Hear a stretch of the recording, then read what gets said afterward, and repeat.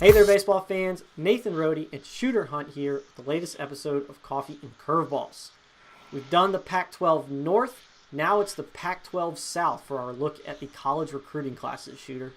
We're back at it. I still got my Conference of Champions shirt on, so I'm still ready to go. And this is the South. A lot of talent down there. Yes, there is a lot of talent. Just 5 teams to talk about as we're going by the football conferences, but it's loaded with guys. So let's get to it. Looking at Arizona to start it off, Dawson Netz is a right-hander out of California, 6 foot. Area code games, he was 88 to 92. Our guys have seen him up to 93. Big breaking ball with some depth. Obviously a good-looking arm coming in for Arizona. And then we talk about a 6 foot right-hander. Now we've got like a 7 foot right-hander in Hunter Cope out of Mater Dei High School. Really long on the mound, obviously. He's 7 feet tall, but pretty athletic and actually does pretty well to keep that delivery under control. So a very intriguing arm there for the Wildcats. Yeah, and I like the way he repeats his stuff there. Even though he's 7 feet tall, he's able to pound the zone. And at a Mater Dei program, or at a program like that, you know you're going to get a competitor who isn't scared of a big game. And then you also got 2 guys that I know you loved out at the area code games in Chandler Murphy and Jose Dicochea. Which I love that name. I love that last name. Both are projectable right-handers of the top guys in the state. Chandler Murphy has been on the radar for quite a while now. Can run it into the low 90s and show some projectable secondary stuff. Dicochea has also, got a live arm, projectable guy.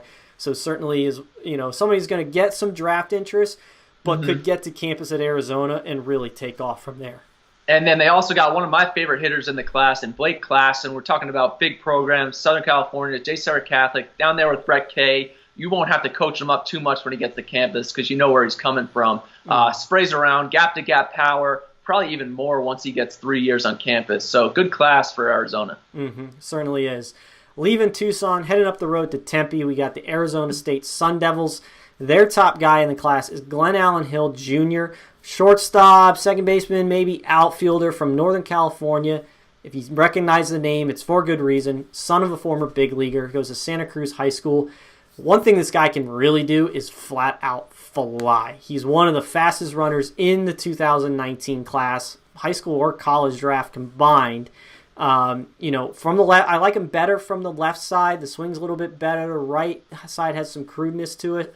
There's some swing and miss to his game, but if he puts the ball on the ground or in play, chances are he's going to reach first base. And if you walk him, it's a triple. Yeah, he can flat out fly. It's a different frame than his dad. Big Glenn Allen Hill Sr. was a big dude. But Ben Greenspan, the recruiting coordinator at Arizona State, did a great job with this class. Kind of a coast-to-coast class. Throwing Cooper Benson, a left-hander out of Southern California, chance to be a weekend type guy. Seth Tomzak, who I loved out at area code. I thought some of his stuff was filthy at times. Yes. Michael Carpentier, a catcher who was at TOS for you, Rhodey, so he's been on the national circuit, does a good job. And then Nick Wallerstedt, they added late. He's also a quarterback from in-state Arizona, high side guy, potential draft pick coming in the spring. Yeah, he's really athletic. Our guy Jordan Banfield in Arizona loves him. He was uncommitted for a while, and it was kind of like, why is this guy not going somewhere? Just a super athlete, probably the best athlete in the state, and in the conversation, be one of the better athletes in the country for sure. Yeah, and then you're looking at Sean McLean out of California, who this past summer was outstanding. He really elevated his stock and his game, committed to Arizona State. Alex Hellman out of Illinois, who is one of the better hitters in the class. He's from a strong conference out there in Illinois high school baseball. Tore it up last year. I think he gets on campus after 3 years. He's hitting in the middle of the order. Cam Denny, coming off an injury out of Indiana, can really spin a breaking ball. And when you get into those Power 5 games, into those Pac-12 conference games, you want a guy who can come in and get his own outs. Cam Denny's the type of guy that can do it. And then, Rhodey, one more for you, because Nathan Baez, I was with Jordan Banfield when I got to see Nathan Baez for the first time. It was at ASU in a preseason event, and that dude just flat out rakes. And I think for 4 years they're going to like him there in Tempe. Nice. Good look for the Sun Devils. So heading a little bit to the west now, we go to Southern California and the Trojans. A lot of California guys in this class, certainly West Coast, but they did pull a couple from Puerto Rico, namely Dylan Rosario Otero, It's a guy I saw at Tournament of Stars and then a little bit more later on in the fall. And I like his bat. He can really swing it. It's an easy swing. He barrels the ball pretty consistently. I don't know about him staying at shortstop because of the foot speed, but the right-handed bat I think plays. But speaking of foot speed, somebody that really does have it, Josiah Dixon out of Orange Lutheran in California. He's coming from a good program. It's basically a college program that OLU has, so his transition to USC should be pretty seamless. Yeah, and then Gabe Briones behind the dish has steadily improved each year. It's always been a physical body with power behind the plate, the big arm strength, but everything seems cleaner and smoother now. He's elevated himself, I think, with a big spring. He'll probably have some serious draft talk coming at him, but he's a good prospect for USC. Mm-hmm. And then Rylan Thomas, an outfielder who I got to watch in Jupiter. I know Sean Duncan, our director, got to check him out, and it's still a developing frame, thin, wiry, but really athletic, left-handed stroke, and he can run too. Mm-hmm. He certainly can. Speaking of talent, somewhere where there's always talent coming in, you got UCLA. Mm-hmm. Definitely going to be some draft implications here with this class, especially at the top. Corbin Carroll, my guy, favorite player in the class. Yeah, shocker.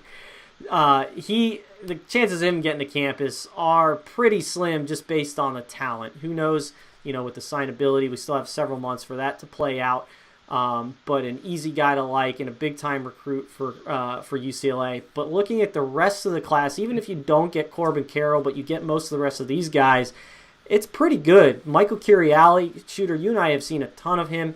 We really like him as a player. Solid across the board, steady defender at shortstop, can swing it a little bit. But we both know he can get on the mound, and he can run it in the low 90s, and he can really spin a breaking ball too. Yeah, and he comes from J. Sarah Catholic, where you know what you're getting in those programs. We talk about the big programs across the country where those kids step in and there's no adjusting to the program in college because they're already ready for it. Mm-hmm. And Bryant Ward and Coach Savage did a great job putting together this class, and you can see the strength where they put their efforts in. Corbin Carroll, an outfielder. You have a versatile guy like Michael Curiali. Emmanuel Dean, an athletic outfielder who has some power and projection, has a chance to be a draft guy. Evan Fitter, a right-handed pitcher who's running up in the low 90s, pounds the zone with the fastball, which is what you expect out of this SoCal kid, to be able to use the fastball to both sides.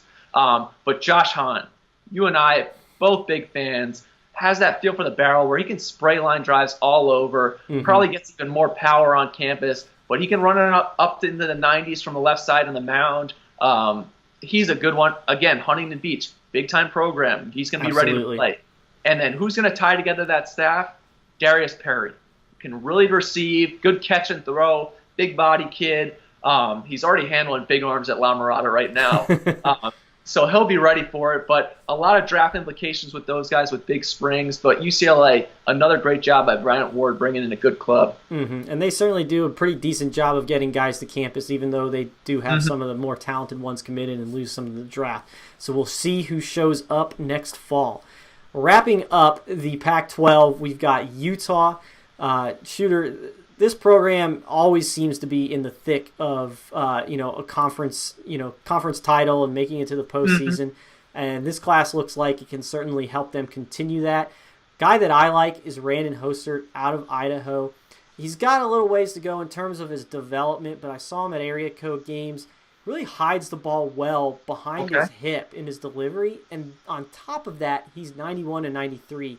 So when you hide the ball like that and you're 91 to 93, probably playing a little bit more like 94 and 95, maybe a little better.